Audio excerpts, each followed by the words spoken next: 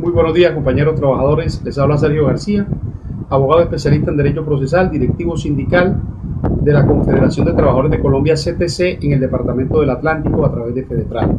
Hoy quiero hablarles de un tema muy importante para nosotros los trabajadores, y es la diligencia de descargos. ¿En qué consiste? ¿Cuál es el derecho que me asiste como trabajador en un proceso disciplinario? ¿Quién me puede asistir? ¿Cuál es el deber del empleador de garantizar el debido proceso?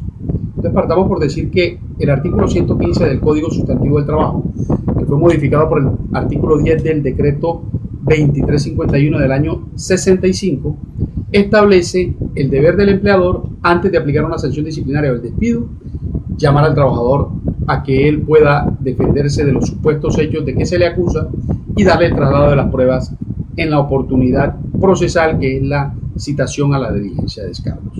En la carta de citación de la diligencia de descargos, el empleador debe consignar la supuesta falta en que el trabajador incurrió, la normativa o la ley que está violando con el supuesto actuar o la omisión en su actuar por parte del trabajador, sea del reglamento interno, sea del Código Sustantivo del Trabajo.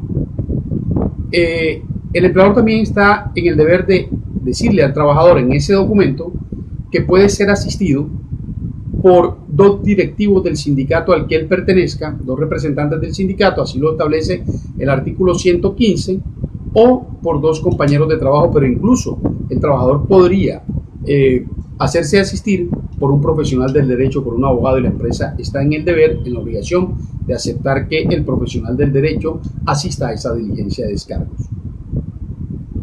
La función o el papel que cumplen los dirigentes sindicales en la diligencia de descargos no es como lo pretenden hacer ver muchas empresas de testigos. No vamos como testigos, vamos como coadyuvantes en la defensa del trabajador que es llamado a descargos. Esa es nuestra función, coadyuvantes en su defensa, ayudarle y asesorarlo para que ejerza el debido proceso y el derecho a la defensa a que el trabajador le asiste por norma constitucional, por derecho fundamental.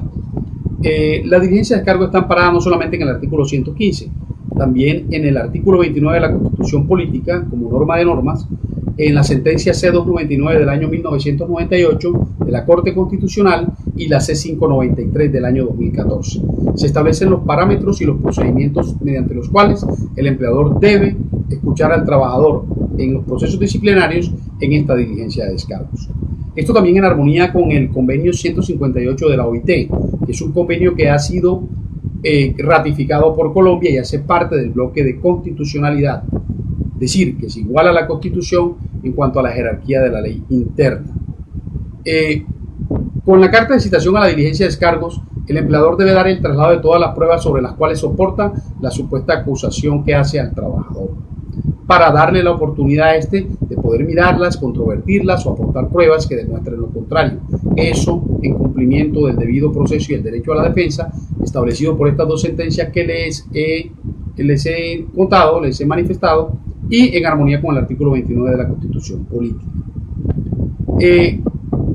¿Cuántas preguntas se pueden hacer en una diligencia de descargos? Ese es otro tema de debate. A veces los empleadores pretenden hacer una cantidad de preguntas y nosotros tenemos que aplicar aquí dos principios del derecho laboral. El principio de favorabilidad, que implica que ante la ausencia de una norma o la interpretación de una norma se aplique la más favorable al trabajador. Pero también el principio de la analogía del derecho. Toda vez que no existe una norma en el Código Sustantivo del Trabajo que establezca cómo es el procedimiento del llamado a descargos, cómo debe operar, por analogía del derecho nos vamos al artículo 202 del Código General del Proceso, que establece claramente que en los interrogatorios de parte no puede haber más de 20 preguntas. Las preguntas deben ser concisas, precisas y deben tratar sobre el tema por el cual el trabajador es llamado a descargos. No puede ser permitido que se hagan preguntas que vulneren la intimidad o el derecho a la dignidad del trabajador. De eso las organizaciones sindicales, los dirigentes sindicales que asistimos, tenemos que estar pendientes para objetar ese tipo de preguntas. Como aquellas preguntas dirigidas a obtener una respuesta específica que no terminan siendo preguntas, sino apreciaciones o aseveraciones del empleador a través de sus representantes. Esas preguntas también las tenemos que objetar como organización sindical.